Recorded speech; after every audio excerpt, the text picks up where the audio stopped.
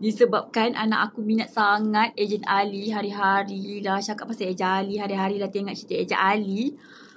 Aku beli jam Ejen Ali. So, packaging dia sangatlah tebal ni aku dah buka. Dia memang bubble wrap tebal macam ni seller ni. Memang TikTok lah. So, dia balut macam ni korang. Kita buka. Ejen Ali. Teneng. Memang TikTok korang. Okay, jam ni korang boleh pilih tau. Nak tulis nama anak korang ke tak nak. Macam aku pilih tulis nama dia lah. Jom kita buka. Tak sabar je. Aku yang excited tau.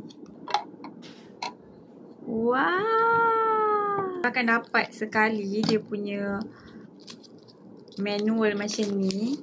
Siap ada warranty lagi korang. Ni warranty card dia. Warranty ni valid selama 12 bulan.